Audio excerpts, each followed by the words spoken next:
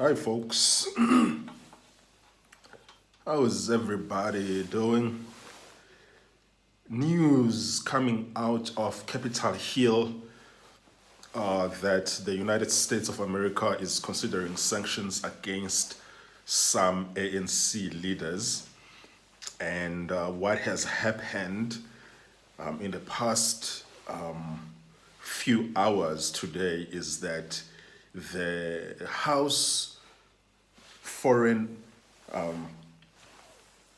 Affairs Committee set and considered a bill in relation to sanctioning particular leaders, South African leaders of the African National Congress.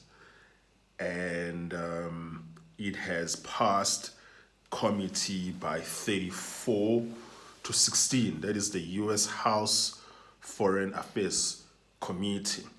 And so if the bill passed the House Foreign Affairs Committee by 34-16, that would tell me that it received significant Democratic support, which means that it passed the U.S. House Foreign Affairs Committee on a bipartisan support.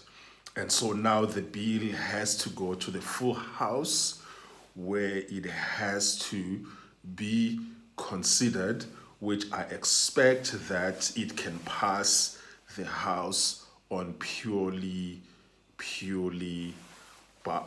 partisan passage. But from what I'm seeing at this stage, it seems as though that it will pass the House with bipartisan support. And in my initial reaction when I saw this news was to say that I do not expect that this bill will pass the U.S. Senate, because in the Senate, a bill needs to have 60 votes in order for it to pass. But from what I'm seeing as the rationale and the justification of why the U.S. lawmakers are proposing and are passing this bill, they alluded to reasons like that they are objecting to South Africa's ties with Russia, things like South Africa's close relationships with Russia and China, among other issues.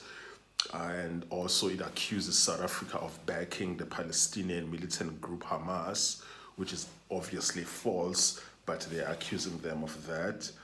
And South Africa has also it's known that South Africa has supported the long-standing struggle of the Palestinian people, as both of these nations had been under apartheid. So if the justifications are so broad, then I don't expect much resistance for the passage of this bill among Democrats. But if the bill was based on the non-existent white genocide in South Africa, I wouldn't have expected this bill to pass.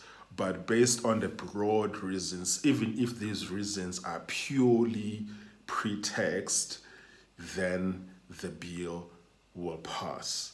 I expect, though, that the reason why these South African ANC leaders are being sanctioned, it has nothing to do with South Africa's relationship with Russia.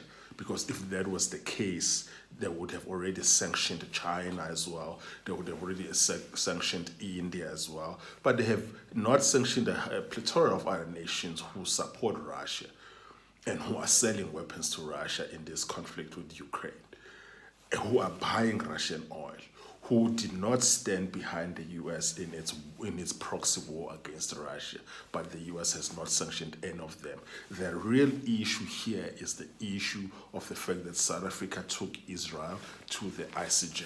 That is what seems to be the reason in this case. And so even though the majority of Democrats do support South Africa for taking Israel for its genocide against the people of Gaza to ICJ, there will be a couple of Democrats who would vote with GOP members to pass this law. And all that is needed to pass this into law is 6 Democrats to vote with the GOP, and this bill will become law.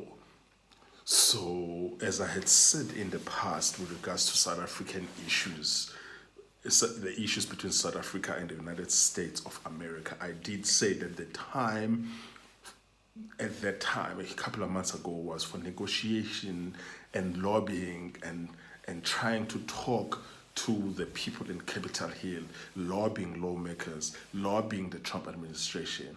And I'm afraid it seemed as though those efforts have failed. And I don't even think that they were done at all, looking at the nature and the incompetence of the current South African government.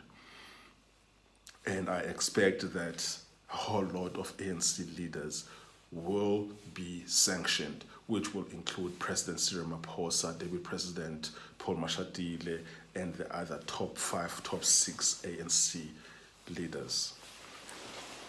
What does this mean for South African the relationship of South Africa and the United States?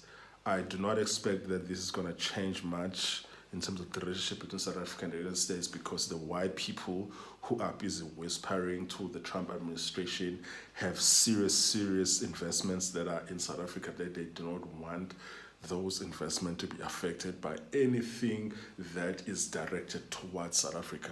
And this issue of not sanctioning South Africa was firstly suggested by the AfriForum, that instead sanction ANC leaders, because what the AfriForum is really trying to do is to get the ANC to be out of power. Because white people have it very good in South Africa. They own almost 90% of all the trade that's happening in South Africa. They have no interest in crippling the South African economy. So I don't expect anything to change. And some of the richest people in the South African economy are Jews. And even though those Jews are unhappy with the ANC's position on Israel, none of those people want their investments in South Africa to be affected by any adverse action that is posed by the United States directly directed to South Africa. But all of this action that is directed towards African National Congress is predictable, and one could say that I'm not surprised. We are entering a very difficult space in the bilateral relationship between South Africa and the United States, because how are we going to have healthy relationships when the head of state of our country is under US sanctions? It makes any kind of negotiations and compromise very, very difficult. But let's see. This is going to take a couple of days to maybe a couple of weeks before we can see if it will be passed into law. But I actually do expect it to be passed into law because of the underlying reasons that have been used as a justification, even if the justification is just a pretext.